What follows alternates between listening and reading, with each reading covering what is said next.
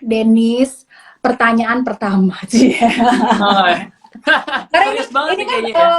Serius namanya banget. ini kan untuk kita memeriahkan inklusi bulan inklusi keuangan gitu ya di bulan Oke, Oktober ini, oke. dan it's an honor for us untuk Dennis bisa cerita kolaborasi sama kita, sharing mengenai site-nya Dennis gitu loh ya kan. Ini kan anak muda banget nih, dan gue akan selalu seneng banget kalau misalnya bisa kolaborasi sama anak-anak muda sekarang yang jago-jago investasinya di capital market gitu terutama ya Wah, kan. oke. Dan dia punya dan uniknya si Dennis ini, dia tuh punya sekolah saham Indonesia, dan dia juga punya apa tuh namanya investasi saham di US. Jadi kan kayaknya ini dua-duanya nih kayaknya happening banget. Wow banget kalau buat yang nggak ngerti ya, gue aja yang nggak terlalu ngerti-ngerti banget katanya, oh kayak kece Hmm. berat nih, tapi gimana caranya, terus cocok nggak sih gitu, cocok nggak sih buat kita tuh yang ya segitu-gitu doang Dennis, apa namanya, gajinya gitu loh, bisa nggak sih Ya, tuh apa tuh mendapatkan merasakan kenikmatan di dua investasi itu. Tapi nanti gue mau nanya kita nanya kupas nanya tuntas. dulu nih. Oke. Oke. Dennis, jadi ceritain dong kesibukan Dennis tuh sekarang tuh seperti apa, terus sekolah sahamnya Dennis itu tuh kayak gimana yang dimaksud gitu loh, apa beneran sekolah, offline sekolah, online sekolah, atau Oke. gimana gitu. Silakan Oke. Den. Kalau ngomongin kesibukan, sebenarnya aku lebih suka katanya diganti jadi produktivitas ketimbang sibuk. Wih, wih, Keren ya? oke, jadi bukan bukan kesibukannya, Bukan sibuk. produktivitas. Wah, Ya, luar karena biasa, kalau emang sibuk gitu kan anak muda sekarang ya. Gimana takutnya so gimana gimana. sibuk dikiranya ya kan. Kalau sibuk. Gue sih don't mind. Kalau dapet sibuk nggak sibuk, yang penting dapetin cuan. Oh salah ya. Ya, benar benar benar benar benar benar. Yang penting cuan ya. Oke, kalau Nggak, oke kesibukan, oke. kalau produktivitas yang biasa aku lakuin ya kalau misalnya memang di jam pagi ya jam 9 sampai jam 3 tentunya kalau emang lagi nggak ada kerjaan yang memerlukan aku untuk keluar misalnya ya tentunya akan di rumah di depan PC ya Hmm. di depan laptop ya dari jam Mm-mm. 9 sampai jam 11.30 di market Indonesia habis itu ya jam makan siang terus 1.30 masuk lagi ke sesi kedua. Tapi di sana ya memang kalau misalnya nggak ada kerjaan yang perlu keluar jadi emang di rumah ya udah di depan PC aja depan laptop. Nah kalau misalnya memang ada kerjaan ya udah keluar, tapi kalau misalnya nggak ada kerjaan di rumah habis itu selesai jam 3 jam 4 jam 5 ya biasa olahraga dulu habis itu selesai kerjaan lain habis malam baru nyantai-nyantai bikin konten biasa kalau malam-malam gitu. Gila, asli lu sesibuk itu. Kok gue gak ada ngeliatin itu dating di tengah-tengahnya? Atau oh, Weekend weekend weekend. oh weekend weekend, oke oke. Oh iya iya iya. Weekend weekend weekend. Oke, baik baik baik. Jadi sesibuk itu tuh lebih kayak produktivitas yang Dennis jalanin itu tuh lebih karena emang kepengen nyari duit karena lo tahu di situ cuannya banyak, atau emang ternyata itu passion lo banget gitu loh. Atau kombinasi di antara keduanya. Kalau ya itu jawab pertanyaan bagus. Kalau misalnya untuk market sendiri ya, jadi kan sebenarnya kalau market itu memang kayak mungkin bisa dibilang kalau dalam satu bulan ada 22 hari market, mungkin bisa di 15 hari lah fullnya aktif Aha. gitu ya. Karena memang ya passion gitu, suka ya kan.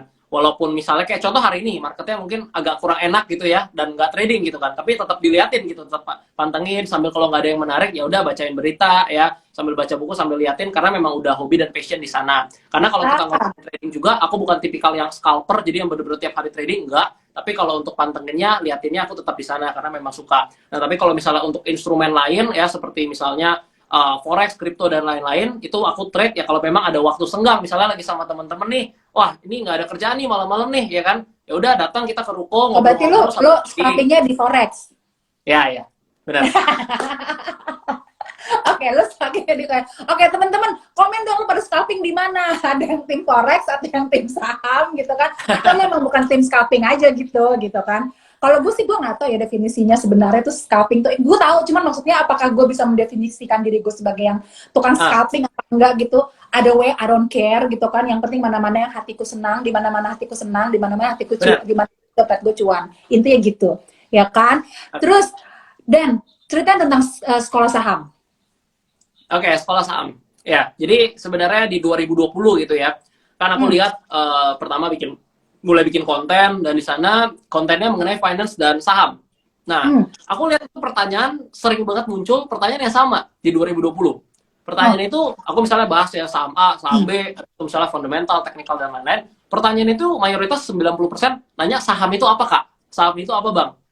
Nah, di sana aku melihat bahwa ternyata banyak sekali anak-anak muda, masyarakat yang nggak tahu saham itu apa. Jadi kalau misalnya nggak investasi kan wajar gitu ya, belum kenal investasi. Tapi kan kalau nggak tahu saham berarti nggak tahu nih saham bentuknya gimana.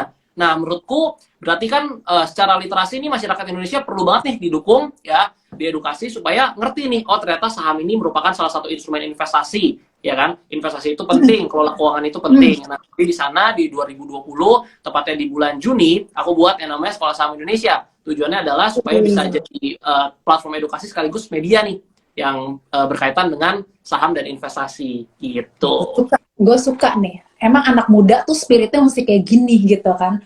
Nah, terus Dan, tambah semangat gue gitu ya. Terus Dan, jadi yang ikutan dalam komunitas Sekolah Saham Indonesia itu kebanyakan umuran lo atau umuran gue sih malah beda 2 tahun sih kayaknya ya, Cie. atau dari semua kalangan gitu. Ada yang mamut juga bisa, mamut tuh mama-mama muda atau yang Gen Z gitu kan, yang dedek-dedek lucu, atau yang gimana Dan, atau semuanya bisa, atau geng lo aja gitu.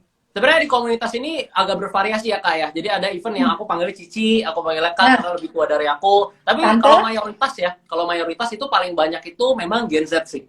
Yang tahun 2000, 2001, 2002 yang masih muda-muda banget nih, anak SMA, anak kuliah itu yang paling banyak. Dan itu yang beda-beda cuma 2 tahun itu sama gue ya.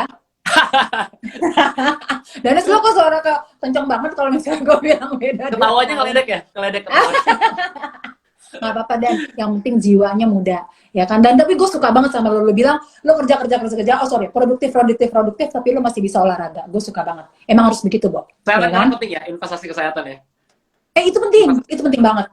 Gue apa tuh namanya, lu buat apa punya duit banyak ya kan, lu kerja kayak orang gila atau lu produktif bang seproduktif itu tapi kalau badan lu tuh nggak produktif juga. Bener, jadi nggak ada sorry. Iya gitu. Oke. Now kita agak sedikit masuk. Oke, lu fundamental apa technical? Dua-duanya. Atau dua-duanya? Dua-duanya. Lu dua-duanya? Dua-duanya. Oke. Kalau gitu, misalnya gue pengen tahu nih, menurut seorang Dennis ya, tanggapan Dennis mengenai pasca kenaikan Fed Fund rate, terus 7 days reverse repo rate, terus inflasi udah lah ya itu ya kayaknya yang bergugutin ke hampir sedunia gitu. Terus apa tuh namanya, ini predicted pasti kejadian atau ini kondisi luar biasa yang lu nggak ngeliat itu sebenarnya dari awal tahun atau mungkin dari tahun kemarin gitu. Menurut lu tuh seperti apa? Ini kalau konteksnya kita ngomongin agak beda ya. Kalau konteksnya ngomongin 2021, tentu unexpected banget gitu. Kita nggak tahu. Karena yang kita tahu kan gini, di 2021 ya, kita lihat di 2020 itu ada pandemic crisis. Nah, habis itu US mulai keluarin kebijakan nih, quantitative easing, jalanin stimulus. Nah, di mana tentunya untuk mempercepat roda ekonomi. Nah, tapi kita lihat juga di 2021 dan itu berhasil. Indeks US seperti S&P 500, Nasdaq, Dow Jones itu rally kenceng banget di 2021. Nah, lalu yang terjadi apa? Ketika stimulus dikeluarkan, printing money dan lain-lain, inflasi sudah pasti terjadi. Nah, cuman inflasinya nggak kita expect bakal setinggi dan separah sekarang. Nah, begitu masuk 2022, sebenarnya even di Januari 2022 aja, itu di US kalau nggak salah inflasi itu udah sampai 7,5%. Which is sudah tinggi banget. Betul. Nah, cuman The Fed itu mulai agresif naikin suku bunga itu di bulan April dan Mei. 75 BPS, sampai sekarang. Ya kan?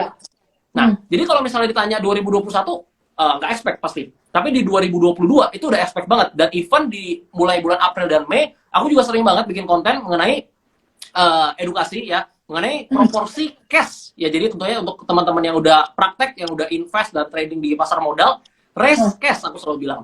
Itu gunanya untuk apa? Jangan all in. Karena kan kalau kita ngomongin saham sebagus apapun, ya kan, kita beli, tapi ada potensi turun. Ketika potensi turun, kalau kita nggak ada cash, kita nggak ada peluru, kita nggak bisa apa-apa. Nah, jadi itu yang aku selalu kasih tahu ke mereka. Nah, lalu di saat itu, tapi kita melihat juga di Indonesia sendiri, kita ini beruntung nih. Karena ketika US-nya crash, koreksi jauh banget ya, 20-25%, tapi di IHSG kita bulan kemarin malah bisa mencetak all-time high-nya. Seperti itu. Jadi kalau untuk 2022 ini emang udah tahu sih harusnya bakal terjadi seperti ini. Even sampai sekarang ya belum selesai gitu ya kan, gitu. Iya. Dan apa tuh namanya, dan karena itulah gitu kan, akhirnya kayak snowball kan, tambah lama tambah gede gitu kan. Benar. Dan yang agak sedikit ngenes gitu ya, ibaratnya ngenes tuh yang inflasinya gila-gilaan itu malah di negara-negara yang kita pikir itu adalah Kuat. negara-negara yang kayaknya nggak mungkin deh Iya, akan iya, quote and quote iya. sesusah itu. Bener loh, Benar. ini literally emang hidup di sana tuh jadi hidupnya tuh jadi susah gitu loh. Iya. Di US, di EU, di apa UK, ya. di ya, apa ya Europe. Uni Eropa, di Inggris gitu loh, Ya. tambah susah hidupnya gitu.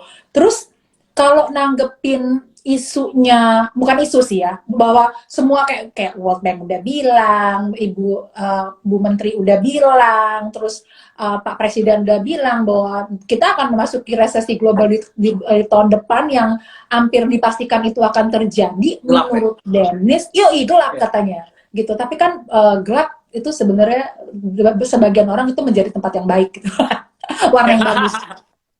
Nutupin ini loh, Bo, nutupin kalau misalnya itu kan biar nggak kelihatan gendut-gendut banget gitu.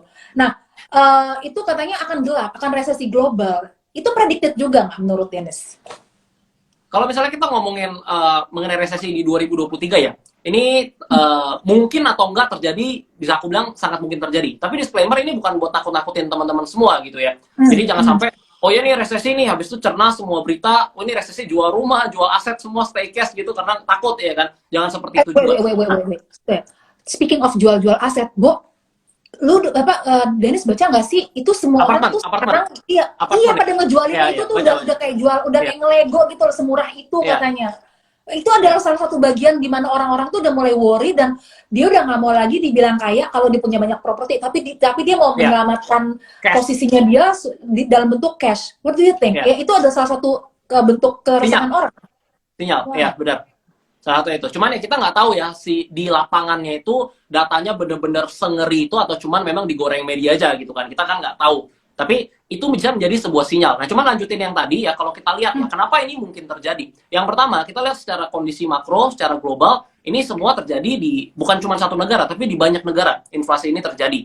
Ya, habis itu kita lihat misalnya kita ambil contoh ya, paling simple gitu. Di UK, itu ada bonds ya yang tenor 10 tahun, itu yang safe investor taruh dana pensiunnya itu turun hampir 20% dalam 2 bulan. Itu ngeri banget gitu kan. Ya itu orang juga nggak tahu bakal terjadi seperti itu. Kenapa bisa terjadi seperti itu? Salah satunya simple. Karena di UK ya, mereka menggunakan skema yang namanya liabilities driven investment. Jadi misalnya mereka masukin nih, itu total ada 1,5 triliun pound sterling ya, dan 1 triliun pound sterlingnya itu dimasukin ke semacam obligasi negara gitu.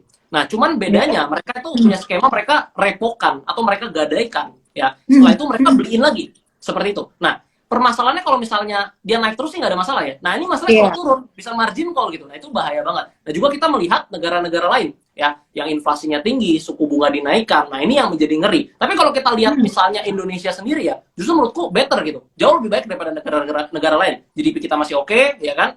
Habis itu kita juga melihat ketika adanya perang Rusia antar Ukraina ya, yang menaikkan harga komoditi ya, khususnya batu bara, ada super cycle komoditi yang luar biasa di tahun ini, dan Indonesia juga sebagai penghasil batu bara yang cukup besar. Nah, dimana juga kita bisa lihat emiten-emiten batu bara ini bisa menjadi penopang IHSG, sehingga IHSG kita bulan kemarin bisa ini kan, bisa all time high.